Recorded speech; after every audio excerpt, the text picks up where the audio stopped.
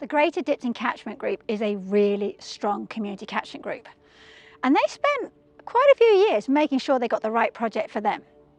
They wanted a project that really dealt with their local issues.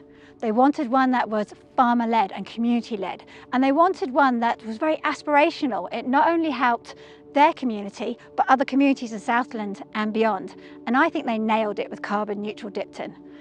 This project has brought together all these different people to come and talk about how to reduce greenhouse gas emissions on their properties and how to work towards becoming carbon neutral. There's been great conversations, great ideas, and it's the start of something really special.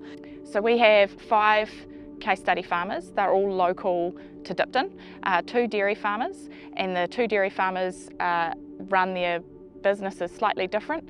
Then we have 3 dry stock farmers, again 3 quite different sheep and beef operations. So across those 5 farms we've got a really good overview of the Greater Dipton farming community. It's very positive, it's very farmer driven, ground up, practical.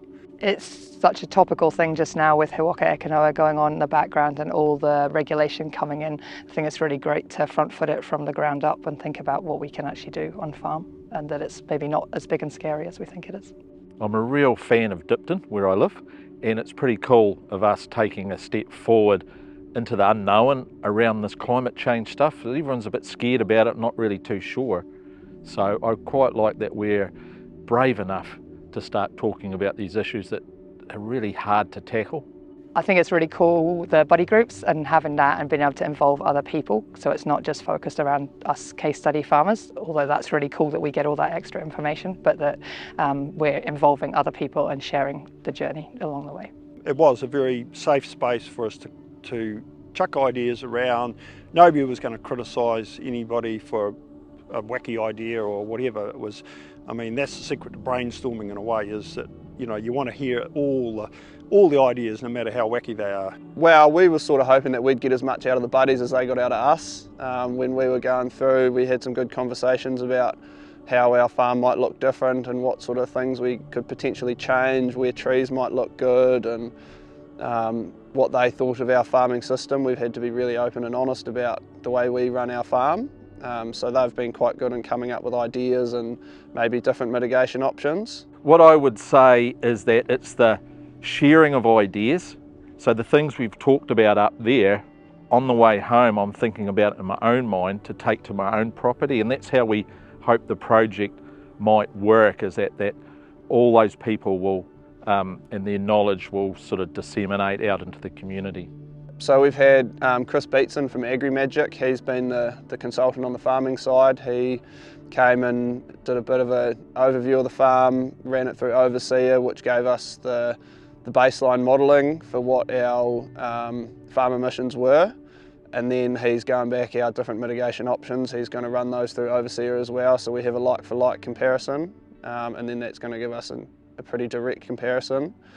And then Don Fringley, he's been involved on the forestry side. He's come for a look around and had a look at the different places where forestry might work on the farm and what that might look like from a carbon sequestration, and how much money you could potentially be making on those areas, putting them into trees. So yeah, it's been good having both sides of that story, and yeah, it'll be interesting to see how it all comes out in the end. I think just the fact that the group of farmers are collectively thinking a little bit outside the box. It's just them genuinely going, what can we do to our business to try and collectively become carbon neutral, and is it even possible? It is about small steps. We may identify some sort of system change that might be significant for a farmer or for the farmers in our program, but most of it I think will be about small steps, all adding up to making a difference. So we're currently seeing quite a buzz within the community about this project. It's something that's quite unique, that the ag industry is actually looking at themselves pretty hard to go, where do we currently sit and what would it take to change that? And so that I can see that kind of rolling into other industries, not just agriculture. But within the agriculture industry, I can also see this being rolled out on a larger scale, picking up some of these mitigations that were modelled and maybe thinking, hey, I could take this aspect and try and put that into my business, and what would that outcome be? It's very easy just to listen to to one person and think that what they're saying is right, but if you can get a few different perspectives, it might sort of open your eyes as to what you can do or what you might like to do to have an impact. Don't be scared, I suppose. Go out and try and make a difference. Don't be afraid of it, that's what I would say. And the good thing, and I know this for a fact, there's not a challenge that farming has never met in this country since I've been farming. We always seem to get there with, with that collective action. So there's two great places to get information on this project. We've got the Carbon Neutral Dipton Facebook page and the Thriving Southland website, thrivingsouthland.co.nz. But please don't hesitate to contact us if you have any questions or great ideas, because we would love to support you on your journey to reduce your greenhouse gas emissions and become carbon neutral.